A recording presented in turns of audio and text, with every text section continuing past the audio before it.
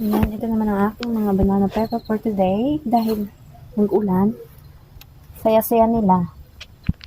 Nabuhay. Iba pa rin pag nababasa ng tubig ulan. Kasi yung dinidilig tapos pag summer.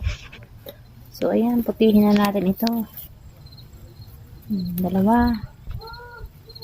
3, 4, 5, 6.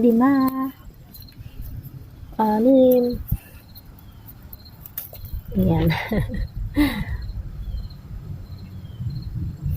Meron pa dito, mga ilan. Ang dami pa niyang mga babies or flower. Namulaklak pa. Sarap ito sa sinigang. Ayan.